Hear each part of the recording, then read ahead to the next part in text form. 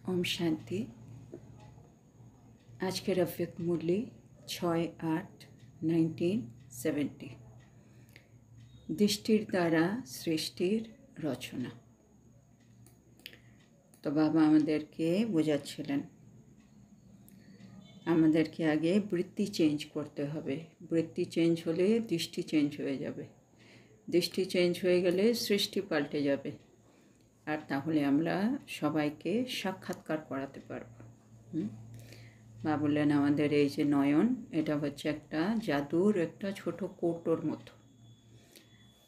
সেখান থেকে বিভিন্ন দৃশ্য আমরা সব আত্মাদেরকে দেখাবো, বিভিন্ন রঙের বিভিন্ন দৃশ্য। তারপরে বাবা আমাদেরকে বলছেন, ये ग्रुप मालूम है कौन सा ग्रुप है? बच्चे जानो कि ये ग्रुपटा कौन ग्रुप, इनमें विशेषता क्या है, एদের মধ্যে কোন विशेषत्व রয়েছে। सारे विश्व के अंदर विशेष आत्माएं हो। বাবা আমাদের মনে করিয়ে দিচ্ছে আমরা হচ্ছি সমগ্র বিশ্বের মধ্যে विशेष आत्मा। ऐसे तो नहीं समझते कि हम साधारण हैं। बाबा बलছে আমরা এমন তো মনে করি না কি আমরা তো একটা সাধারণ আত্মা। এরকম তো মনে করো না। ऐसे कभी नहीं समझना। বাবা বলছে এরকম কখনো ভাববে না কি আমরা সাধারণ আত্মা। কি ভাবতে হবে? আমরা হচ্ছি বিশেষ আত্মা। सारे विश्व के अंदर विशेष आत्माएं कौन है? समग्र विश्वेर मध्य विशेष आत्मा कारा? अगर आप विशेष आत्माएं न होती तो बाप ने अपना क्यों बनाया? এটা কত সুন্দর একটা পয়েন্ট। আমরা যদি সত্যি বিশেষ আত্মা না হতাম তাহলে কি দরকার ছিল বাবার আমাদেরকে আপন করে নেওয়ার, है ना? কোটি কোটি আত্মা আছে সংসারে, না 900 কোটি আত্মা প্রায় এই মুহূর্তে পপুলেশন। তার মধ্যে বাবা আমাকে বেছে নেই, আপন করে নেই, তারপরে পালনা দিচ্ছে, শিক্ষা দিচ্ছেন। কি দরকার ছিল? নিশ্চয়ই কিছু বিশেষত্ব তো আছে। আমি হয়তো নিজে বুঝতে পারছি না, কিন্তু বাবা তো উপলব্ধি করেছে, তাই না? তো সেজন্য নিজেকে সবসময় বিশেষ আত্মা ভাবতে হবে। ভগবান আমাকে আপন করেছে, কোনো আত্মা আমাকে আপন করেনি। সে ভগবান, সেই বিশ্বের রচয়িতা, যাকে সবাই ডাকছে, সে আমাকে চুজ করেছে। আমি একজন স্পেশাল आत्मा, विशेष आत्मा। अगर साधारण समझेंगी तो कर्तव्य भी साधारण करेंगे। আর কেন আমাদেরকে নিজেকে বিশেষ ভাবতে হবে এর পেছনে কারণটাও বুঝতে বলছে বাবা। যদি আমি নিজেকে সাধারণ ভাবি তাহলে আমি আমার সব কর্তব্য সাধারণভাবে করব, যেমন সবাই করছে আমিও তাই করছি। সবাই ঝগড়াঝাটি করে আমিও ঝগড়াঝাটি করি। সবাই অপবিত্রতা ধারণ করছে আমিও তাই করব, সাধারণ। কিন্তু যে মুহূর্তে আমি ভাবো আমি বিশেষ, কে আমাকে আপন করেছে, তখন আমার কর্তব্যগুলো, সাধারণ কর্তব্যগুলো আর আমাকে দিয়ে হবে না। তখন আমি অ্যাটেনশন রাখবো, আমি আমার কর্মের মধ্যে, সংকল্পের মধ্যে, বাণীর মধ্যে বিশেষত্ব আনবো। তো এটা আমার বেনিফিট, লাভ হবে। সেজন্য एक एक आत्मा अपने को विशेष समझ औरों में भी विशेषता लानी है। বা বলছে নিজেকে তো বিশেষ আত্মা মনে করতেই হবে, বিশেষত্ব নিজেকে আনতেই হবে। এছাড়া আমাদেরকে আবার আমাদের যে অন্য আত্মারা আছে আমাদের আশেপাশে, তাদের মধ্যেও কিন্তু বিশেষত্ব আনতে হবে। তো আমাদেরকে নিজেও বিশেষ আত্মা হতে হবে, অন্য আত্মাদেরকেও বিশেষ আত্মা বানাতে হবে। দুটো কাজ আছে। तुम विशेष आत्माएं हो, ये नशा ईश्वरीय नशा है। তো আমি হলাম বিশেষ আত্মা, আর এটা হলো আমার ঈশ্বরীয় নেশা। দেহে অভিমান কা নেশা নেই, আমি বিশেষ আত্মা, এটা কিন্তু দেহে অভিমানের নেশা নয়। বিশেষত্বটা আত্মার, কিন্তু দেহের নয়। আমি সুন্দর, আমি একটা উঁচু পোস্টে চাকরি করি, হ্যাঁ, আমার অনেক বড় পোস্ট, এটার নেশা হচ্ছে না, কিন্তু এর মধ্যে বিশেষত্ব নয়, আত্মার মধ্যে বিশেষত্ব, হ্যাঁ না? ভগবান আত্মাকে থেকে চুজ করেছে, আমি আত্মার মধ্যে কিছু বিশেষত্ব আছে, জন্য এটা হচ্ছে ঈশ্বরীয় নেশা। ईश्वरीय नशा सदैव नैनो से दिखाई दे। আর ঈশ্বরীয় নেশা কীভাবে দেখা যাবে, কেন এটা তো আত্মার নেশা, তো সেজন্য বাবা বলছে এটা সবসময় নয়ন দিয়ে দেখা যাবে। তো इस ग्रुप की विशेषता क्या है, তাহলে এই গ্রুপের বিশেষত্ব কি? आप अपने ग्रुप की विशेषता समझती हो, মানে বাবা জিজ্ঞেস করছে, মানে তোমরা কি নিজের গ্রুপের বিশেষত্ব বুঝতে পারছো? তো সবাই বলছে কোরা কাগজ হ্যায়, কইयों ने বিভিন্ন বাতেं শোনায়, কেউ বলছে সাদা কাগজ, কেউ বলছে অন্য অন্য ব্যাপার কিছু কিছু মানে বাবাকে শোনালেন। इस ग्रुप का टाइटल तो बहुत बड़ा है, বাবা বলছে এই গ্রুপের টাইটেলটা অনেক বড়। ट्रेनिंग के बाद यही गुण कायम रहे, ये भी ट्रेनिंग चाहिए। হ্যাঁ, বাবা ট্রেনিং দেবে, ট্রেনিংয়ে পরে যা যা করতে বলবে সেই জিনিসগুলো যেন আমরা বজায় রাখি, সেটারও ট্রেনিং লাগবে।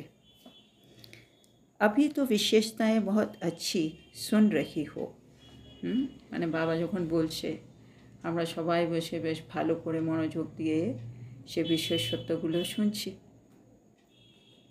कोरे कागज पर जो कुछ लिखा जाता है वो स्पष्ट होता है, है ना? বাবা বলছে সাদা কাগজের মধ্যে যখন কিছু লেখা হয় তা কিন্তু খুব স্পষ্ট হয়ে থাকে। जितना स्पष्ट उतना श्रेष्ठ, বাবা এটা একটা আরেকটা ফর্মুলা দিলেন আজকে, যতটা স্পষ্ট থাকবে ততই কিন্তু শ্রেষ্ঠ হবে। মানে আমরা তো পুরুষার্থ করতে চাইছি, যত আমার জ্ঞান বা আমার পথ, যে পথে আমি এগোতে চাইছি সেই জিনিসগুলো যত ক্ল্যারিটি থাকবে আমার ভেতরে, স্পষ্টতা, ততই কিন্তু আমি শ্রেষ্ঠ কাজ করতে পারবো, আমার পুরুষার্থটাও শ্রেষ্ঠ হবে। বাবা আরও বোঝাচ্ছেন, अगर स्पष्टता में कमी है तो श्रेष्ठता में भी कमी, যদি স্পষ্টতাতে কিছু ঘাটতি থেকে আয়, বাবা বলছে, তাহলে তোমার শ্রেষ্ঠতাতেও কিন্তু ঘাটতি হবেই হবে। তো और कुछ मिक्स नहीं करना है, মানে বাবা যে জ্ঞান যেভাবে দেয়, যেভাবে বোঝায়, যেভাবে করতে বলে আমাকে এক্স্যাক্টলি সেম ওয়েতে ফলো করতে হবে, আমি যদি সত্যিকারে শ্রেষ্ঠ হতে চাই। অনেক সময় আমরা কী করি, বাবা যে যে আমাদের শ্রীমতে ওর মধ্যে একটু প্লাস মাইনাস করে ফেলি, মানে এতটা হচ্ছে না, থাক একটু কম করি, হ্যাঁ, বা একটু বাড়তি এক্সট্রা, মানে মনমত পরমত কিছু কিছু ঢুকিয়ে ওটাকে একটু মিক্স করে ফেলি। বাবা যে মিক্স করলে স্পষ্টতা কমে গেল, তাহলে তোমার শ্রেষ্ঠতাও কিন্তু কমে যাবে, সেটা কিছু মিক্স করো না। कोई कोई मिक्स बहुत करते हैं, इससे क्या होता है, বাবা দেখেন অনেকেই অনেক কিছু মিক্স করে থাকে, এতে কি হয়, মানে রেজাল্ট কি, यथार्थ रूप भी अयथार्थ हो जाता है। হ্যাঁ, বাবা যেটা বলেছিল ওটা যথার্থ ছিল, কিন্তু সেন্স ওটাতে মিক্স করা হলো, ওটা এখন কিন্তু বাবা বলছে অযথার্থ হয়ে গেছে। वही ज्ञान की बातें माया का रूप बन जाती है, বাবা জ্ঞানের কথা বলেছিল, আমি ওদের একটু মিক্স করলাম, এবার ওটা মায়ার রূপ হয়ে দাঁড়িয়ে গেছে, মানে একটাই জিনিস মিক্স হয়ে গেছে বলে একটু পাল্টে গেছে রূপটা। इसलिए इस ग्रुप की ये विशेषता चित्र में दिखाई दे कि ये ग्रुप सदा स्पष्ट और श्रेष्ठ रहा। যেন বাবা চাইছে এই গ্রুপের এই বিশেষত্ব যেন চিত্রতেও দেখা যায়, কি এই গ্রুপ সর্বদা স্পষ্ট আর শ্রেষ্ঠ ছিল, এ মানে গ্রুপ সবসময় স্পষ্ট আর শ্রেষ্ঠ। सदैव अपने यथार्थ रूप में रहे, তো বাবা চায় আমরা সবসময় নিজের যথার্থ রূপে যেন থাকি। এবার বাবা বলছেন, जो बात जैसी है उस रूप से जानकर धारण करनी है। হ্যাঁ, মানে যে বিষয়টা যেমন তাকে সেই রূপে জেনে ধারণ করা, এটাই আমাদের করতে হবে। और चलते चलना है, ये है স্পষ্টতা। আর তা সেই পথে চলতে থাকতে হবে, এটাই হলো স্পষ্টতা। মানে বাবা স্পষ্টতা বলতে কী বোঝাচ্ছে? যে বিষয় যেমন তাকে সেই রূপেই জানো, তারপরে ওটাকে ধারণ করো, তারপরে সেই পথে চলতে থাকো, এটাই হলো স্পষ্টতা। আর এটা যখন এভাবে তুমি করবে, তুমি শ্রেষ্ঠ হয়ে যাবে অটোমেটিক। इस ग्रुप को बाप दादा क्या टाइटल देते हैं? तो ये ग्रुप के बाप दादा की टाइटल दिच्छेन। जैसे कहावत है, छोटे सुभान अल्लाह। सामने হয়তো বাবার সামনে অনেকে ছোট বয়সের অনেক ভাই বোনরা আছেন, যেন বাবা বলছে ছোটরা সুবহান আল্লাহ, এরকম কথাই আছে। लेकिन बाप दादा कहते हैं छोटे तो अल्लाह समान है। কিন্তু বাবা কি বলেন? মানে দুনিয়াতে বলে ছোটরা সুবহান আল্লাহ, আর বাবা বলে ছোট যারা তারা হচ্ছে আল্লাহ সমান, মানে ভগবান সমান। सभी बातों में कदम कदम में समानता रखो। তো বাবা এবার চাইছে সব ব্যাপারে, হ্যাঁ, প্রত্যেক কদমে আমি যেন বাবার সাথে সমানতা রাখি। लेकिन समानता कैसे आएगी? কিন্তু প্রশ্ন, আমি চাই আমি বাপ সমান হই, প্রতিটা ব্যাপারে আমি বাবার মতো হই, কিন্তু এই সমানটা আমার আর বাবার মধ্যে কিভাবে আসবে? समानता के लिए दो बातें ध्यान में रखना है।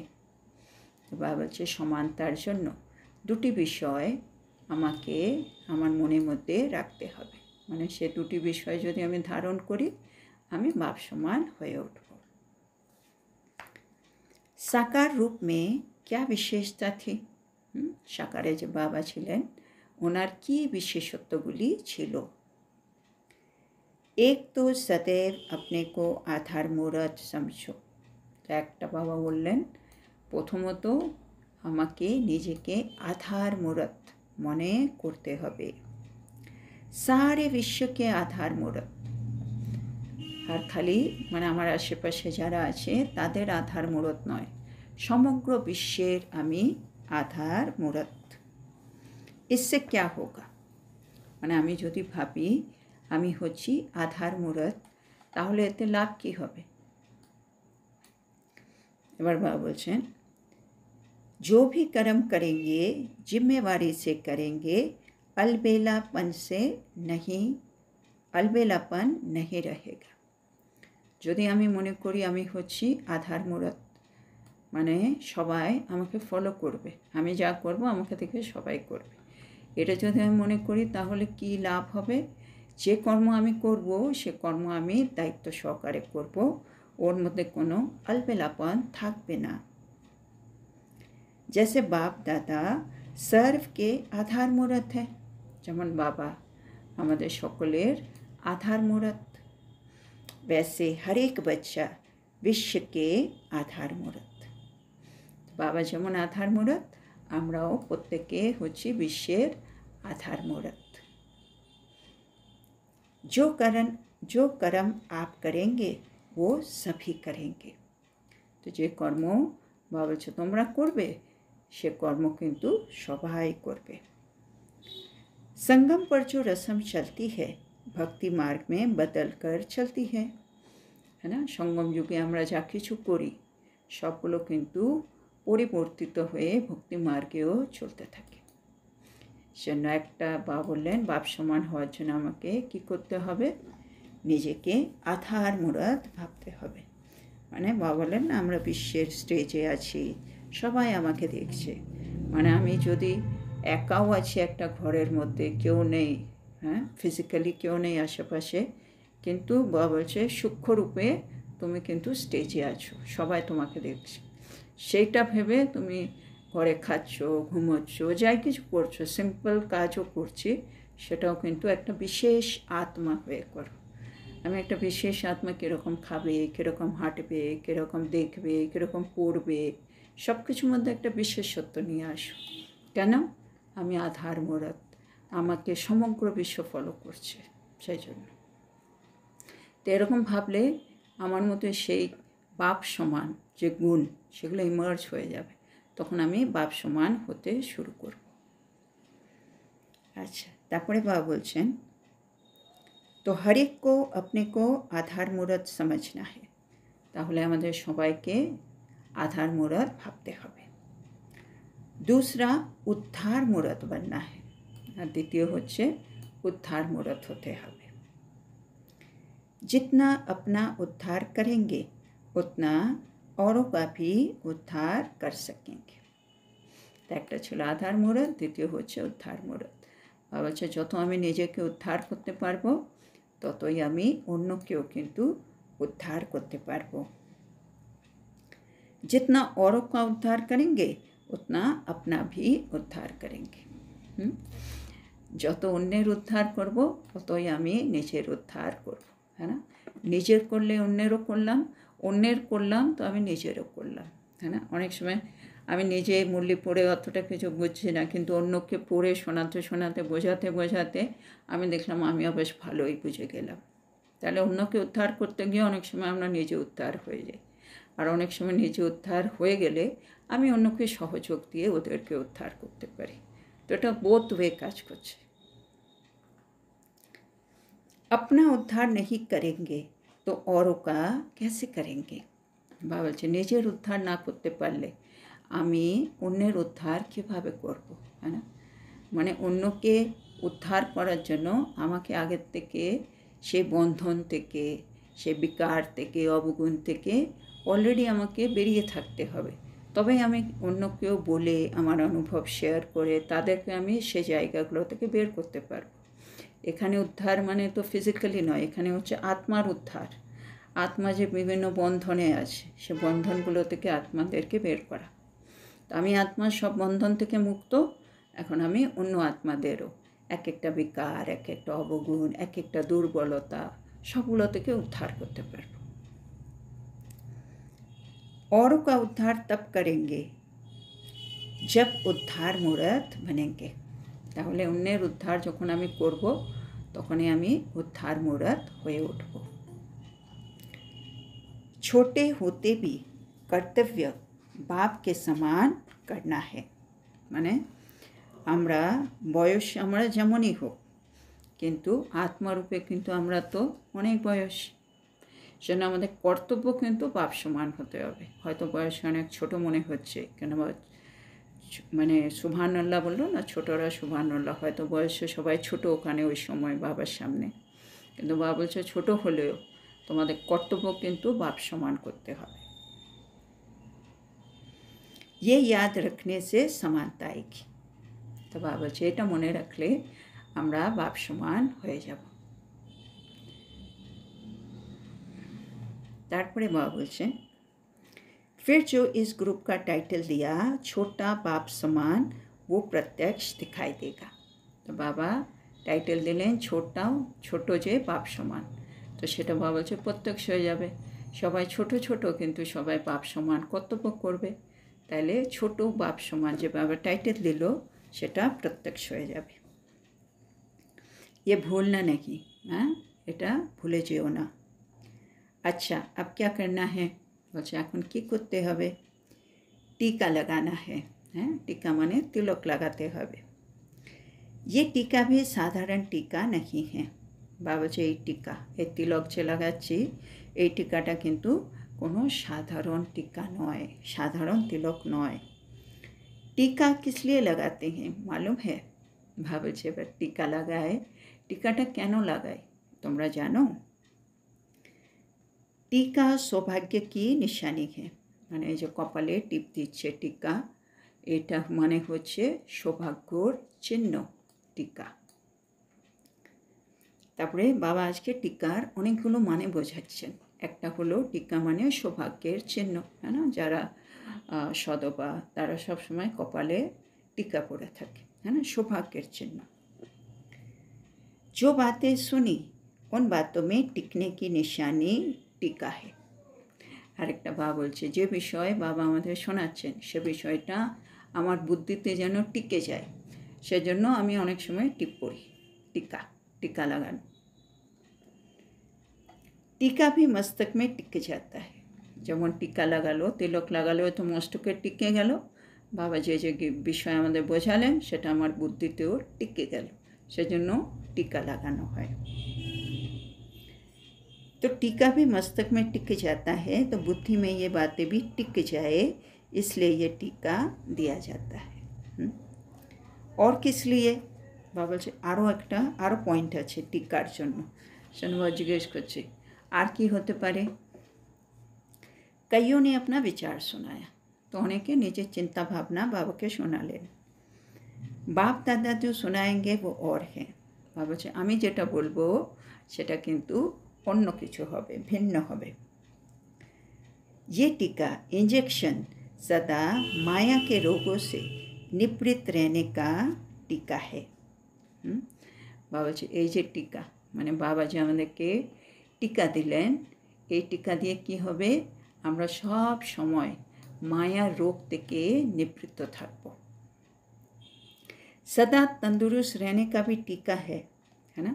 বাবা বলছে সব সময় সুস্থ থাকার জন্য টিকা হয় না। টিকা মানে ভ্যাকসিনেশনও হয়, হ্যাঁ না। ছোটোবেলার থেকে অনেক বিভিন্ন সময় আমাদেরকে ভ্যাকসিনেশন নিতে হয় বা দিতে হয়, তাহলে আমরা সুস্থ থাকব। শোনো বাবা বলছে ওটা একটা টিকা হয় যেটা সর্বদা আমাকে সুস্থ রাখে। তো সূক্ষ্মভাবে এই যে বাবা আমাদেরকে টিকা দিলেন, এটাও একটা ইঞ্জেকশনের মতো। এটা আমার যদি মনে থাকে তাহলে আমি মায়ার রোগ থেকে সবসময় নিবৃত্ত থাকব। एक टीका जो आप सभी ने सुनाया और ये भी है, तो दोनों टीका लगाना है। তো বাবা বলছে একটা টিকা তোমরা শোনালে, একটা এই রয়েছে, তো দুটো টিকাই কিন্তু লাগাতে হবে। एक है शक्तिशाली बनने का और दूसरा है सदा सुहाग और भाग्य में स्थित रहने का। তো একটা হলো শক্তিশালী হয়ে ওঠার যে ভ্যাকসিনেশন, তাহলে আমি আর কোনো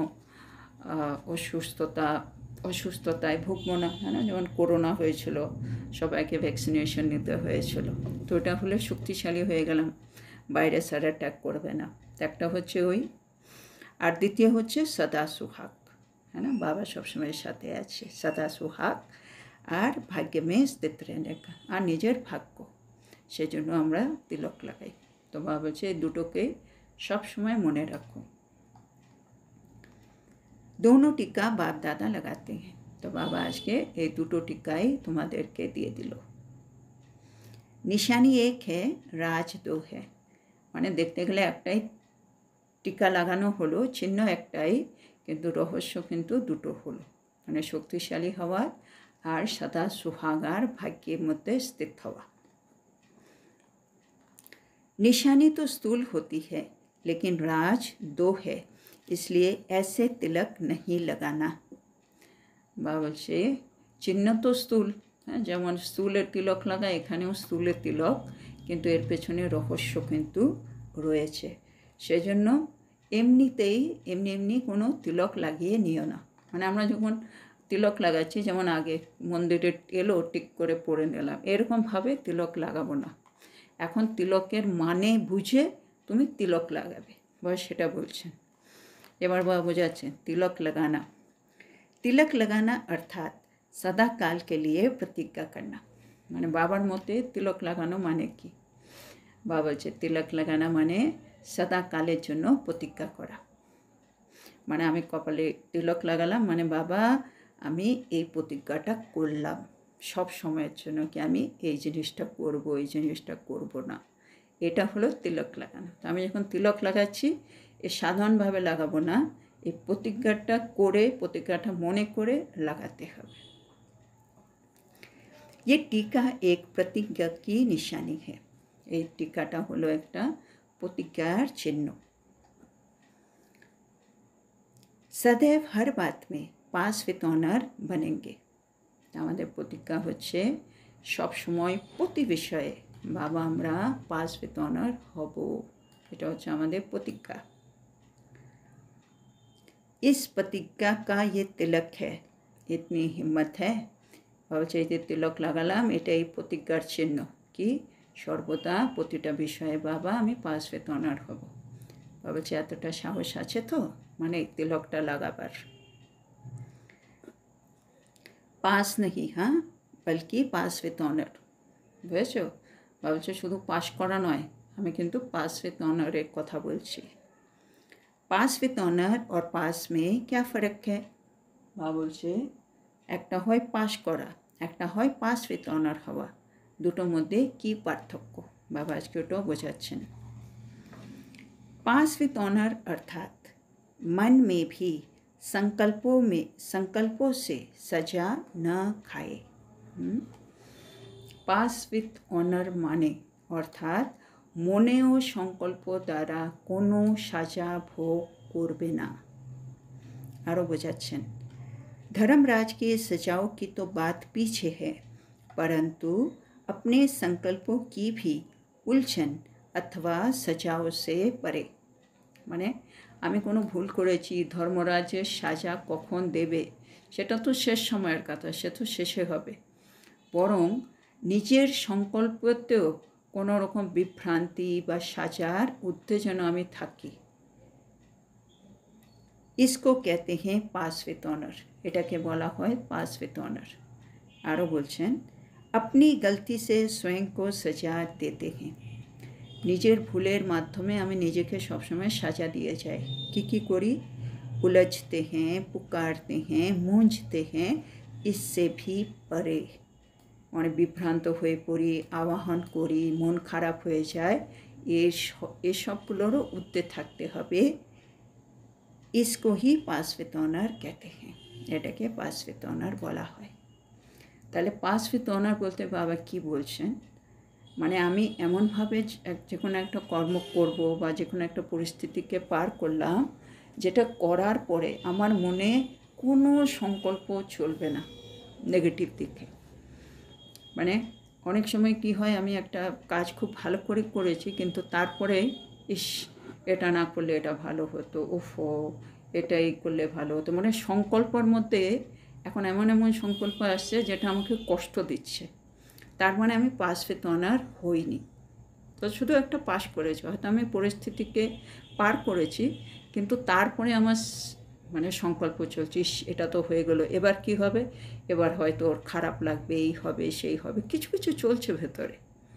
হ্যাঁ, তখন আমি আবার বাবাকে বলছি, বাবা যে বললো তিনটে কাজ, উলঝতে হ্যাঁ, পুকারতে হ্যাঁ, মুঁঝতে হ্যাঁ, মন খারাপ করে বসে আছি, আবাহন করছি, বিভ্রান্ত হয়ে পড়ছি, মানে কাজটা হওয়ার পরেও সংকল্পতে আমি নিজেকে সাজা দিচ্ছি।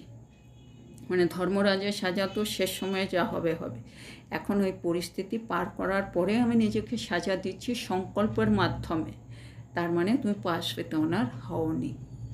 পাস উইথ অনার মানে ওই পরিস্থিতি শেষ, সব শেষ, আমার মধ্যে কোনো সংকল্প নেই, একেবারে নির্সংকল্প স্থিতি হয়ে যাবে। তো বাবা সেটা বলছে, মানে এইসব পরিস্থিতির ঊর্ধ্বের অবস্থা হচ্ছে पास विथ ऑनर। তো ऐसी प्रतिज्ञा करने को तैयार हो। তো বাবা বলছে বাবা তো চাইছি আমরা সব বিষয়ে पास विथ ऑनर হই। তার মানে বাবা বলছে এরকম প্রতিজ্ঞা করার জন্য তৈরি আছো कि बाबा এখন আমি প্রতিটা পরিস্থিতি পার করব কিন্তু তারপরে কোনো সংকল্প আমার আর চলবে না। সংকল্প में भी न उलझे, মানে সংকল্পের মধ্যে আমার মধ্যে কোনো বিভ্রান্তি আসবে না। वाणी कर्म संबंध संपर्क की बात तो छोड़ दो, মানে বাণী কর্ম সম্বন্ধ সম্পর্কের কথা তো ছাড়ো, সেগুলো তো বিভ্রান্তি তো থাকবেই না। ইভেন আমার সংকল্পতেও কোনো রকম সেকেন্ড থট থার্ড থট কিচ্ছু আসবে না এরকম জায়গায়। ও তো মোটি বাতে হ্যাঁ, মানে ওই বাণীতে কিছু উল্টো পাল্টা হচ্ছে, কর্মে, এগুলো তো বাবা বলছে মোটা মোটা ব্যাপার, বাবা সংকল্পের কথা বলছে, মানে সূক্ষ্ম ব্যাপারের কথা। ऐसे प्रतिज्ञा वाला ग्रुप है, हिम्मतवान है। বাবা বলছে এরকম প্রতিজ্ঞা করা গ্রুপ আছে, हिम्मतवान আছো। हिम्मत कायम रहेगी तो सर्व मददगार पत्ते रहेंगे। বাবা বলছে যদি সাহস বজায় রাখি তাহলে সকলেই কিন্তু সাহায্যকারী পাতা হয়ে থাকব। सहयोगी बनेंगे तो स्नेह मिलता रहेगा, है ना। बाबार काजे सहयोगी होले আমরা স্নেহ সবসময় प्राप्त করব। जैसे वृक्ष में जो कोमल और छोटे पत्ते निकलते हैं वो बहुत प्रिय लगते हैं। बाबा এটা বারে বারে মনে করিয়ে দেয়, যেমন কোনো বৃক্ষে যেমন প্রথম প্রথম খুব ছোট ছোট কোমল কোমল পাতা বেরোয়, সেগুলো কিন্তু সবার খুব ভালো লাগে। लेकिन चिड़िया भी कोमल पत्तों को ही खा जाती है। হাসেন মানে পাখিরাও সে কোমল পাতাগুলোকে খেয়ে ফেলে, খুব সুন্দর লাগে বলে। সেজন্য বাবা কি বলছেন, सिर्फ प्यारे रहना किसके, সেজন্য আমাদেরকেও প্রিয় হতে হবে। হ্যাঁ, কিন্তু কার প্রিয়? বাপ দাদাকে, নাকি মায়ারূপী চিড়িয়াকে। মানে বাপ দাদা প্রিয় হয়ে থাকতে হবে। মায়ারূপী পাখিদের যদি প্রিয় হই তাহলে তারা আমাদেরকে খেয়ে ফেলবে, আমরা তার দিকে যাব না। তো বাবা বলছেন কোমল পত্তों को कमाल करनी है। হ্যাঁ, সবাই সামনে ছোটো ছোটো এসছে ভাই বোন, যেন বাবা বলছে ওরা বলছে কোমল পাতা, তুমি বলছে কোমল পাতা হলেও কী হবে, তোমাদেরকে এবার কিন্তু কামাল করে দেখাতে হবে। क्या कमाल करना है? बाबा की कमाल देखते চাইছেন। अपने ईश्वरीय चरित्र के ऊपर सर्व को आकर्षित करना है। হ্যাঁ, মানে আমাদের চরিত্রটা ঈশ্বরীয় চরিত্র হয়ে যাক, আর সকলকে আমি যেন আকর্ষিত করতে পারি, এটা कमाल করতে হবে।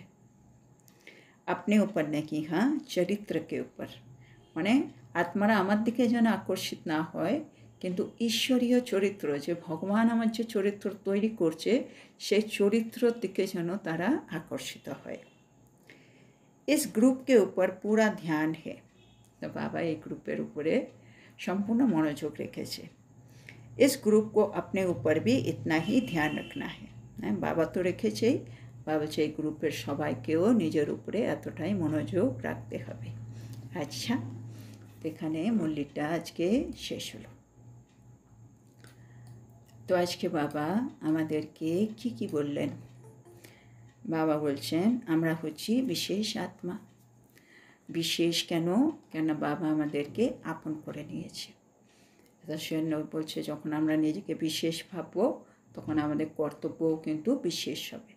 সেজন্য যদি সাধারণ ভাবি এর উল্টো দিকে, আমাদের কর্তব্য কিন্তু সাধারণ হবে। তো আমাদেরকে নিজেকে বিশেষ মনে করতে হবে, আর অন্যদের মধ্যেও বিশেষত্ব জাগাতে হবে। আর এই বিশেষ আত্মা এটা হলো একটা ঈশ্বরীয় নেশা, এটা দেহ অভিমানের নেশা নয়। তারপরে বাবা বলছেন যত আমরা স্পষ্ট থাকবো ততই কিন্তু আমরা শ্রেষ্ঠ হব। স্পষ্টতাতে যদি কোনো ঘাটতি থাকে তাহলে আমার শ্রেষ্ঠতাতেও কিন্তু ঘাটতি হয়ে যাবে। সেজন্য কিছু মিক্স করা উচিত নয়। মিক্স হয়ে গেলে যথার্থ রূপটা অযথার্থ হয়ে যাবে, জ্ঞানের কথাটা মায়া রূপ হয়ে যাবে। সেজন্য বাবা বলছে সবসময় যথার্থ রূপ রাখতে হবে, সেজন্য সবসময় স্পষ্ট। আর স্পষ্টকেও বাবা বোঝালেন যে বিষয় যেমন তাকে সে রূপে জেনে ধারণ করা আর চলতে থাকা, এটাই হলো স্পষ্টতা। তাহলে বাবা যে যে বলছে সেটাকে সেইভাবে জেনে সেভাবে ধারণ করে সেভাবে আমি যদি চলি তাহলে আমি শ্রেষ্ঠ হব। তারপরে বাবা বলছে আমাদেরকে বাপ সমান হতে হবে। বাপ সমান হওয়ার জন্য বাবা বলছে দুটি কাজ করো। প্রথমে নিজেকে আধার মূরত মনে করো। আধার মূরত কিসের? সমগ্র বিশ্বের আত্মার জন্য আমি আধার মূরত। এতে কি হবে, মানে আমি যে কর্ম করব সেটা ওরা ফলো করবে, সেজন্য আমি যা কর্ম করব সেটা দায়িত্ব সহকারে করব, তার মধ্যে কোনো আলবেলাপাত থাকবে না। আর দ্বিতীয়, আমাকে উদ্ধার মূরত হতে হবে। নিজেকে উদ্ধার করতে হবে, আমার আশেপাশে যা আছে মানে পুরো বিশ্বকে আমাকে উদ্ধার করতে হবে। তারপরে বাবা বলল টিকা। টিকার জন্য বাবা বলছে টিকা হচ্ছে একটা হচ্ছে সৌভাগ্যর চিহ্ন। টিকা হলো একটা হয় ভ্যাকসিনেশন, হ্যাঁ, যেটা দিয়ে তন্দুরস্তি হয়, সুস্থতা থাকি, শক্তিশালী হয়ে ওঠে, আর আমাদের জন্য মায়া রোগ থেকে নিবৃত্ত থাকবো। আর টিকা মানে বাবা বলছে বাবা যে যে বলে সে বিষয়ে টিকে থাকা, সেটা হচ্ছে টিকা। বাবা বলছে টিকা তো এমনি স্থূল, তিলক সিম্পল, কিন্তু আমরা যখন তিলক লাগাচ্ছি বা টিকা লাগাচ্ছি তো তখন আমরা সাধারণভাবে যেন না লাগাই। তিলক লাগালাম মানে আমি সদাকালের জন্য বাবার কাছে প্রতিজ্ঞা করলাম। বাবা বলছে, কী প্রতিজ্ঞা বাবা চাইছেন? কি আমি আত্মা সব বিষয়ে পাস উইথ অনার হব, এটা বাবা প্রতিজ্ঞা চাইছে। পাস উইথ অনার আর একটা হচ্ছে পাস করা।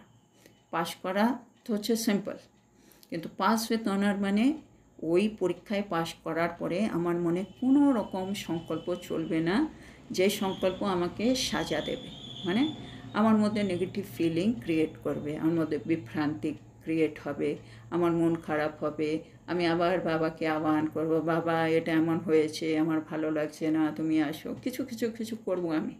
তার মানে আমি পাস উইথ অনার হইনি, মানে নিজের ভুলের মাধ্যমে নিজেকে সাজা দেওয়া সংকল্পতে, সেটাও যেন না হয়, তাহলে আমি হব পাস উইথ অনার। তো বাবা বলছে বাণী, কর্ম, সম্বন্ধ, সম্পর্ক বাবা ওইগুলো ছেড়ে দিয়ে বাবা চাইছে সংকল্পের মধ্যেও যেন আমি নিজেকে সাজা না দিই, বিভ্রান্ত না করি, পাস উইথ অনার হয়ে দেখাই বাবাকে সব বিষয়ে। এরকম প্রতিজ্ঞা বাবা আমাদের থেকে চাইছেন। তাইলে আমাদের সবাইকে এরকম একটা প্রতিজ্ঞা বাবার সাথে করতে হবে। আর বাবা বলছে আমরা যারা এসছে সবাই কোমল পাতার উপরে মায়ারও খুব নজর থাকে, সেজন্য আমাদেরকে এখন কামাল করে দেখাতে হবে। কি কামাল? মানে সবাইকে আমাদের নিজের ঈশ্বরীয় চরিত্রের দিকে আকর্ষিত করতে হবে, নিজের দিকে নয়। ভগবান যে আমাদের চরিত্র এত সুন্দর তৈরি করছেন, দেবতা করছেন, সেই দেবত্বর দিকে, দিব্য গুণের দিকে সবাইকে আকর্ষিত করতে হবে। তো আজকের এত সুন্দর শিক্ষার জন্য আমরা আমাদের প্রিয় শিব বাবাকে বলবো ধন্যবাদ বাবা, ধন্যবাদ। ওম শান্তি।